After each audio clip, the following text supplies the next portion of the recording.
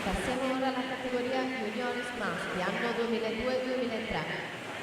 6 le batterie previste, corsia 1. Per la prima batteria troviamo Marco Sponga, alla 2 Francesco Sanso,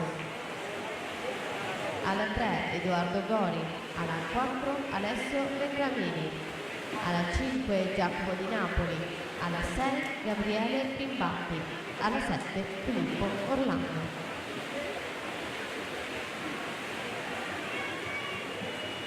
(27-21) Crystal De Bortoli con 8 decimi di vantaggio, vero super margine guadagnato e costruito con la prima parte di gara. Ora in tranquillità verso il posto in finale. Andiamo a vedere il responso cronometrico. 59-22 il migliore, fa 56-72, quindi di gran lunga il miglior crono assoluto. 58-19 Laura Mion, quindi Francesca Tartà.